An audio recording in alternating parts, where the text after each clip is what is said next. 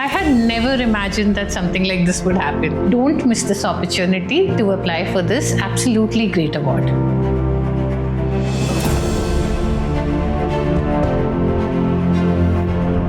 The IGF Archer Amish Award is back already. That is so exciting to know. This award will always, of course, have a very special place in my heart. And knowing that the entries for the second edition are now open, not only am I very excited about the award, I'm also very enthusiastic about the kind of stories that all of us will get to read thanks to the award in the weeks and the months and the years to come. For the second edition, the entries are currently open. It is open to published authors who have published full-length books of 20,000 words or more between the 1st of November 2024 and 31st October 25. And you want to submit for the award, head to the IGF, the India Global Forum website.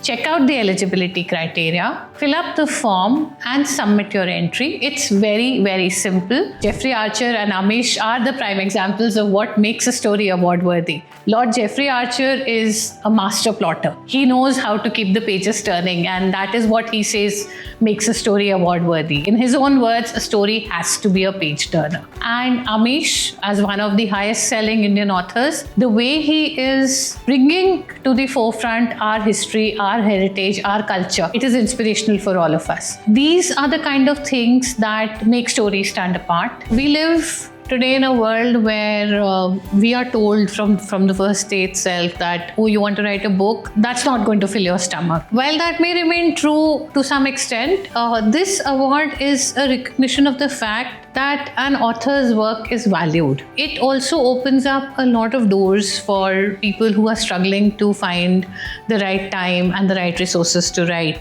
And when you have a backing behind you, when you know that you have this amount which has come to you to dedicate to your creative work, it's liberating. For me personally, it means that I can invest more time in writing. If I need to take time off from work, if I need to do research to make my books the best possible version. So having awards like this means that we are free to pursue our writing in the way that we want.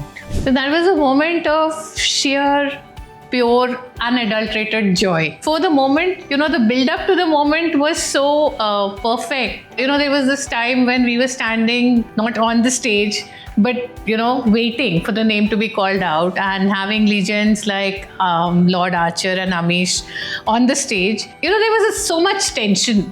And then when they called out my name, that all that tension just dissipated somewhere. And there was just pure joy, walking up the stage, having, Amish and Archer signal to you to walk up. I mean, I've grown up reading Jeffrey Archer. Amish is another inspiration for all authors.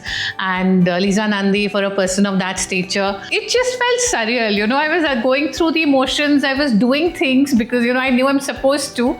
But it felt like it's happening to someone else. So it takes a long time for you to wrap your head around it that, oh, this is really happening. I would really want them to overcome that barrier that all of us have to sending our work out. Every time we have to submit our work, there is a question that we have to answer. Oh, am I good enough? Can I do this? Yes, if you've written a book, if your work fits the premise of the award, please submit. You don't know who's out there waiting for your story.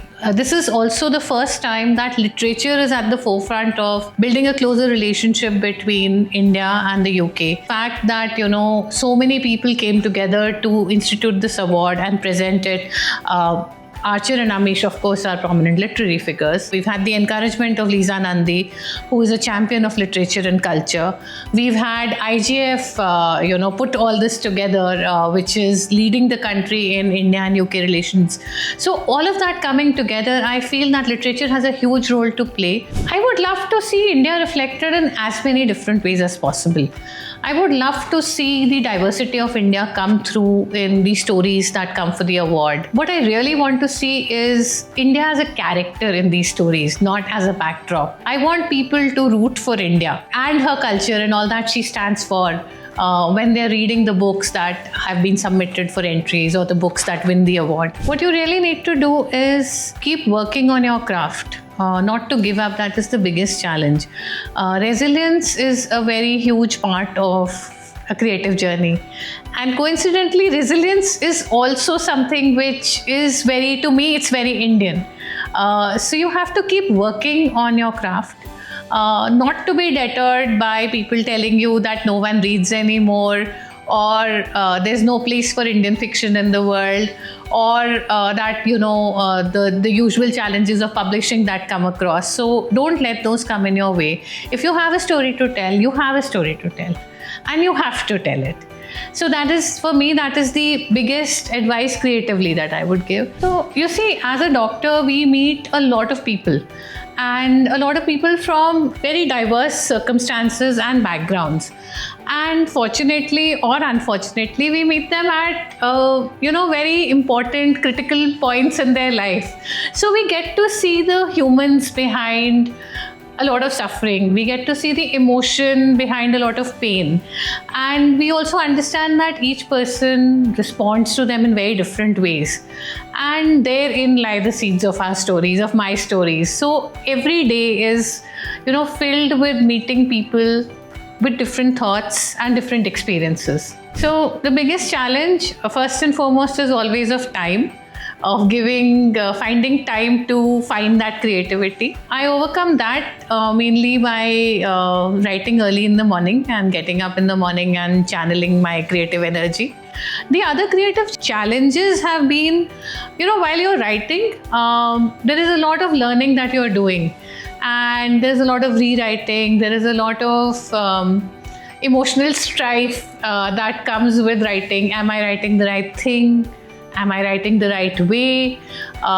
Is my story good? Will my characters be relatable? So that's something that as an author you face every day. I think Indian fiction is having a moment. It's straddling all genres. You have writers of all ages, of all kinds of diversity, from all parts of the country writing.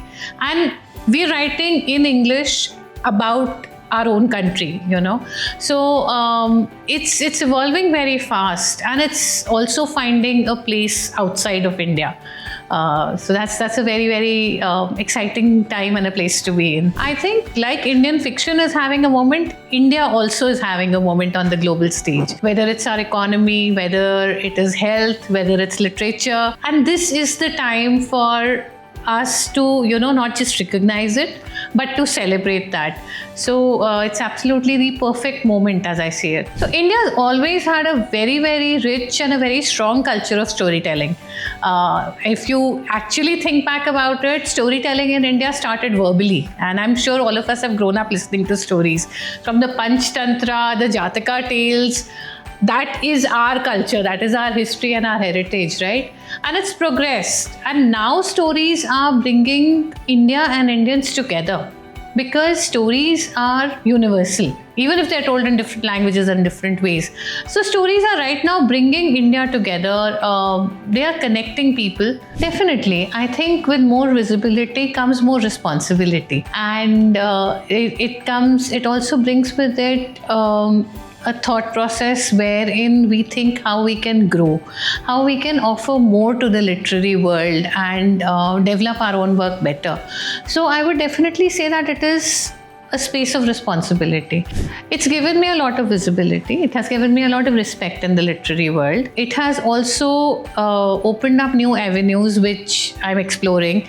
It has made me come closer to people in the publishing industry, to people in the literary world.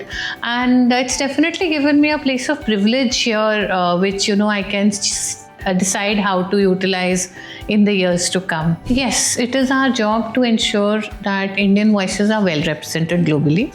But equally, it is also our responsibility as writers writing about India today is to put forth the correct picture of India, to present India in all her glory, in all her power.